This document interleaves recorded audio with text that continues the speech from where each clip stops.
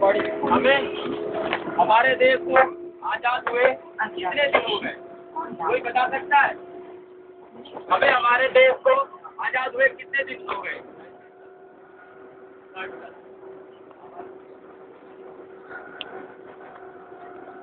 Hello, आप सभी लोगों को पता होगा कि हम सभी को आजाद हुए 65 साल हो गए हैं, लेकिन इन 65 सालों में क्या हमारे देश की जनता ने कभी उठ के मांग की कि हमें इस तरह का कानून चाहिए? मुझे नहीं लगता कि कभी हमारे जैसे लोग, आम जनता लोग कभी उठ के आए हो सड़कों पे और मांगे हो कि हमें इस तरीके का कानून चाहिए। अगर आजादी के 65 साल बाद अगर एक सरकार लोग बाल बिल लाना चाहती थी तो उसमें से आम जनता के कुछ लोग, कुछ प्रतिनिधि, जैसे कि हमारे अन्ना हजारे जी, मान लीजिए अरविंद केजरीवाल जी, मयंक गांधी जी, किरण बेदी जी, आप लोगों ने बहुत लोगों का नाम सुना होगा। जिन लोग आते हैं सामने और कहते हैं इस सरकार से कि हमें इस तरह का कानून नहीं, हमें थोड़ा सा बदला हुआ कानून दे दीजिए, थोड़ा सा बदला हुआ कानून, जन लोकपाल बिल दे दीजिए, जो ज्यादा ही सशक्त हो, जो कि भ्रष्टाचारियों को जेल के अंदर पहुंचा देगा।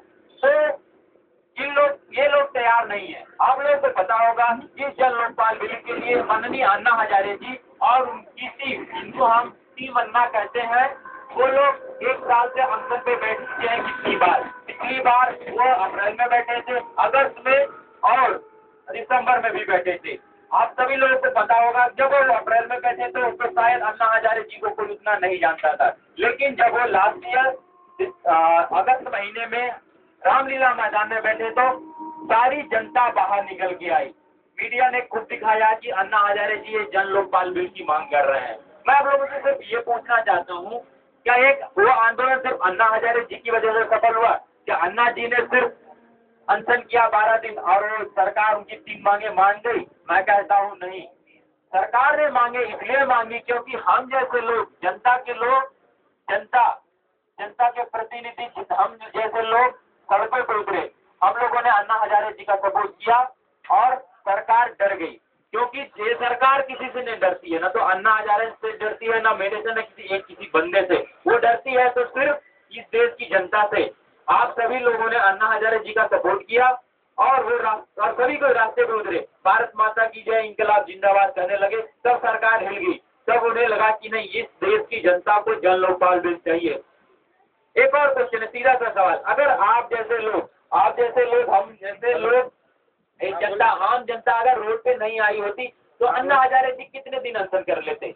अन्ना हजारे जी पिछले टाइम 12 दिन का अनशन किया था और उसमें सरकार ने उनकी मांगे मान ली थी। अगर ये जनता अगर सड़कों पे नहीं आती तो अन्ना हजारे जी 13वें दिन अनशन करते, 14वें दिन, 15वें, 16वें, या किसी न किसी एक दिन तो बीमार पड़ते, एक दिन बीमार पड़ते, उनको हॉस्पिटल ले जाया जाता, उनको बॉर्डर चढ़ाई जाती और इस तरीके से उनका आंदोलन खत्म हो जाता। मेरे कहने का सिर्फ यही मतलब है कि जिन लोगों ने भी अन्ना हजारे जी के आंदोलन को समझा और वो आगे आए, तभी ये आंदोलन सशक्त हुआ और सफल हुआ, क्योंकि इस आंदोलन के पीछे पूरी की पूरी जनता का साथ था। क्योंकि किसी एक व्यक्ति की वजह से ये आंदोलन सफल नहीं हुआ, ये आंदोलन सफल हुआ तो भारत देश की जनता की वजह से। इसलिए जब भी किसी भी तरीके का आंदोलन हो तो आप अपने घरों में ना बैठिए। मैं आपसे यही अनुरोध करूंगा, आप सभी लोगों का आह्वान करूंगा कि ये हम इस देश के मालिक हैं और ये सारे नेता मंत्रीगण ये हमारे नौकर हैं, जिनको हमारी सेवा करनी चाहिए। हम टैक्स के पैसे देते हैं। इस तरीके से कभी भी अगर आंदोलन हो तो आप अपने घर से बाहर निकलिए, गलियों में निकलिए, रोड पर निकलिए और कम से कम भारत माता की जय, इंकलाब जिंदाबाद, इस तरीके से नारे लगा ही सकते हैं। अगर आप अपने देश के 365 दिन में से अगर आप साल में से अगर एक दिन भी देते हैं तो बहुत ही दिन महत्वपूर्ण होगा। आप अपने घरों में ना बैठिए, आप रास्तों पे उतरिए, सड़कों पे उतरिए, जाम कर दीजिए। तब तक सरकार को पता चलेगा कि नहीं, जनता सच में अन्ना हजारे जी का सपोर्ट करती है। ये सिर्फ अन्ना हजारे जी नहीं, ये पूरे देश की जनता जन लोकपाल बिल का मांग कर रही है। और जब तक जनता जागरूक नहीं होगी तब तक इस देश का कुछ नहीं हो सकता है। मैं आपको ये बता रहा हूँ, इस देश का कुछ नहीं हो सकता जब तक ये जनता इसी तरीके से सोती रहेगी।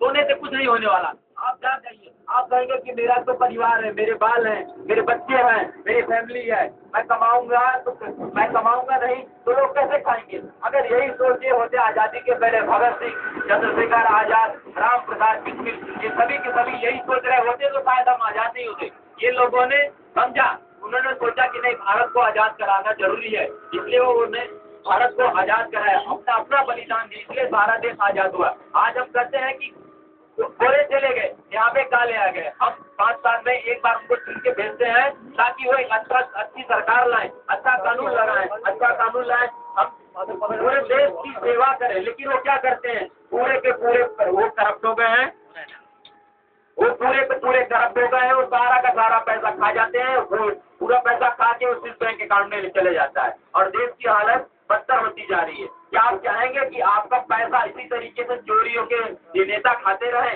और देश का हालत और भी गंभीर होती रहे?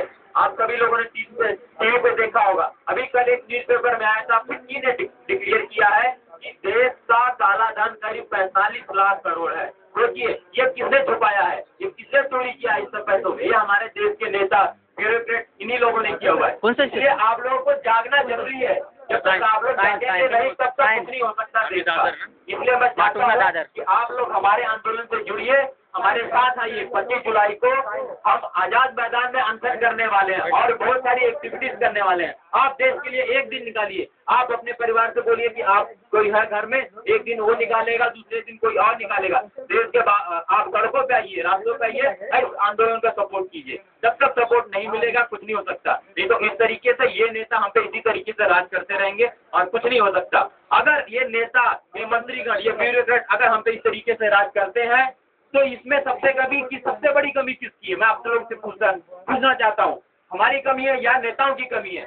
ये कमी है तो हम जनता की कमी है। हम कभी नहीं पूछने जाते, हम कभी खड़े नहीं होकर नहीं पूछते कि नहीं आप हमारे नौकर हो, आप हमारे टैक्स के पैसों से खाते हो, पीते हो, इतने बड़ी बड़ी गाड़ियों में घूमते हो, वो सब हमारे टैक्स के पैसों से। अगर आप लोगों को जागरूक होना पड़ेगा। आप जब तक खड़े नहीं होंगी, अगर आप नेता के कर जाके खड़े हो जाइए और पूछिए कि इस देश में ऐसा क्यों हो रहा है, ये सड़कें क्यों नहीं बन रही है, ऐसा कानून क्यों नहीं लाया जा रहा, कभी आपने ट्राई किया है? ये ट्राई कीजिए।